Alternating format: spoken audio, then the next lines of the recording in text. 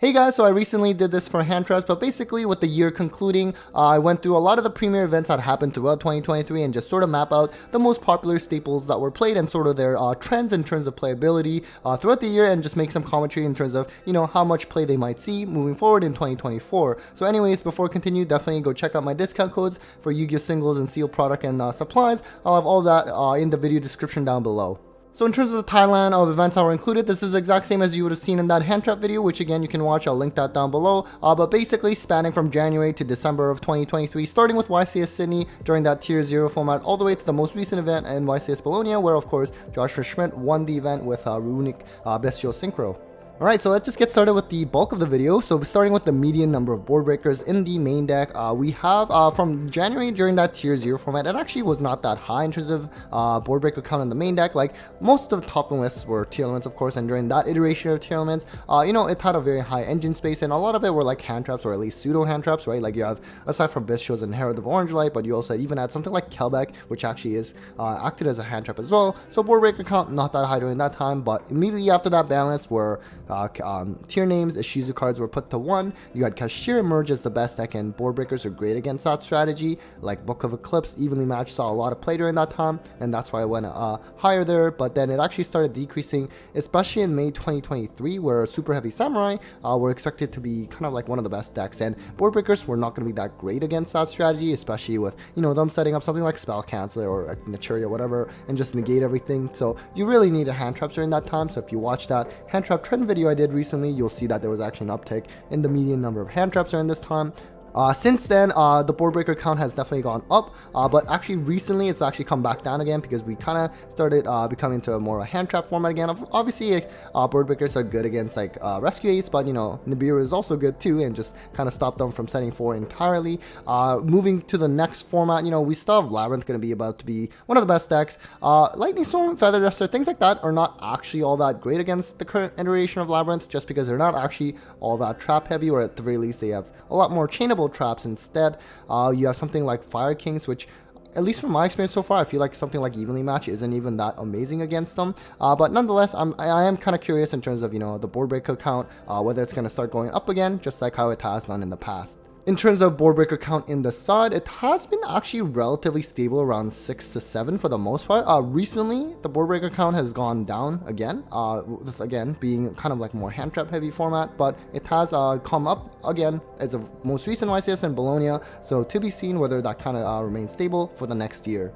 Alright, so now let's cover some of the more popular board breaking cards and staples in more detail and cover their trends. Starting with Feather Duster, of course, one of the most generic of them all.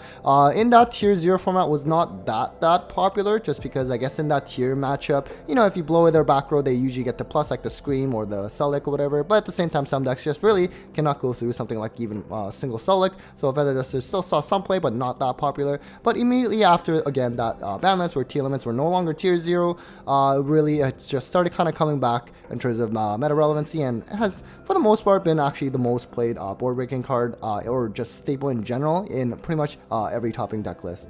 So next we have Triple Tactics Talent, which was actually quite popular during that Tier 0 format. In that Tier Mirror, Talents really put in work and really changed the tide of the game, and just taking your opponent's monsters for the most part going second. Incredibly strong, but you know what? For the most part throughout the entire year, essentially, it has been very popular to say the least. I remember at one point, back in the early days of when Talents first came out, it saw some plays, some didn't. Like it was kind of seen as format dependent, but at this point nowadays, it's pretty much always gonna work out, so I think that's why we're seeing a lot of play, and we will continue to see a lot of play moving forward. Next, in terms of Thrust, which usually goes hand in hand with Talents, of course, this actually did not come out until Photon Hypernova, which was February of this year, so obviously in January you weren't seeing any play. Immediately when the card first released, it did see some play, but it actually kind of phased out for the next little few months, but then eventually came back in popularity again in June, especially, just being able to set something like D-Barrier or Eradicator was actually quite popular during that time. I remember it was around that NAWCQ time, and has been popular for the most part, but recently it kind of fell off, which was a little surprising, because as I mentioned, usually as long as Talents is around, and they kind of go hand in hand, so I'm sure we'll see kind of a revival of Thrust again, moving into the early 2024. So next we have Cosmic Cyclone, and so during the Tier 0 format, it was decently played because again, we talked about Feather Duster, you know, destroying their tier limit back row, it would give them some pluses, but at least Cosmic Cyclone would not do that, and it was kind of nice. Of course, it was more of a 1-for-1 trade, but then actually during that Kashtira format, the initial stages, at least in February, it wasn't seeing that much play, although looking back, perhaps it actually should have seen more play, just because, you know, against Kashtira, Cosmic Cyclone is actually great.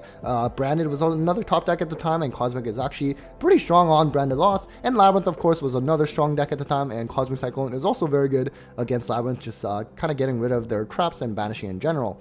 But anyways, it kind of slowly started to continue to see an uptick in play, especially in June. Really, again, you know, Super Heavy Samurai was sort of hit in that May ban list, so Cosmic Cyclone came back, especially with Runic variants coming back again, just because Super Heavy Samurai spell cancer meant Runic was very kind of hard to play. So now the Runic variant, the Sprite variants came back, which made Cosmic Cyclone very popular. On top of, again, it was just good against Kashtira and Labyrinth, and I guess to an extent Branded anyways. Now recently though, Cosmic Cyclone started to plummet, I mean with like Kashtira being gone as well, and also Rescue Ace. You know, Cosmic Cyclone's not that amazing, it doesn't actually really do enough against Rescue Ace, maybe that's one of the reasons why. Although recently kind of started seeing an uptick. I mean, Cosmic Cyclone is good against something like Centurion, which is also a new strategy that came around, you know, like that November time frame. And then of course you had something like Fire Kings, which Cosmic Cyclone can also do some damage against them as well.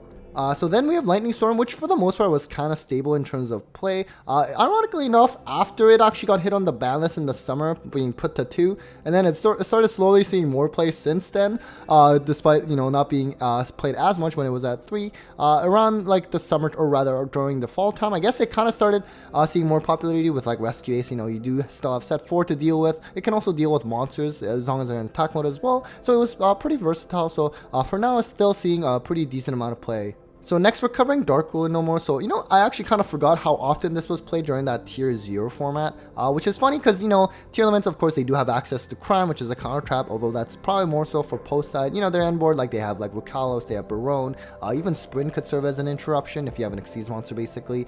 So perhaps, you know, it still made sense that Dark Ruler No More was being played. Of course, you know, you also had Sprite, while obviously a very distant second, but, you know, Dark Ruler No More was also very good against that strategy, but it actually quickly plummeted hard in terms of play, because during that February time frame, you had Kashtira and they were zone locking for like 5 basically, and you know, Dark Ruler No More does not actually get rid of the zone locking, so that's why it really, for the most part, it's a complete dip in play. But I actually started seeing increase again, a vast increase going back to first June time frame. Of course, this is when again something like Super Heavy Samurai got banned, there was no more spell counter, but more importantly, the Mind Hacker got banned, which meant Dark Ruler was actually good against Kashtira, because, you know, just being able to negate the Rise Heart was actually quite important. So that's why it kind of saw a huge uptick in play again. But then actually since then, it's also just completely fallen down again. I guess nowadays it's not really that mandatory. Like, you don't have like Sprite kind of boards where they're dominating right now, and Sprite, you know, they were very weak to Dark Ruler No More, whereas something like Meridian, even though they go first and they set up a very oppressive board, they do have access to framing like a counter trap, so they can kind of stop that Dark Ruler No More. And then now, as you head into 2024, if you think about, you know, Labyrinth, obviously Dark Ruler No More is not going to be very good. You have something like Rescue Ace, like Dark Ruler also isn't very good. Like, what are you just stopping, like SP, I guess? So I guess moving at least into early 2024, perhaps it kind of stays there for now in terms of not seeing as much play, but I'm sure it will eventually come back again in terms of play.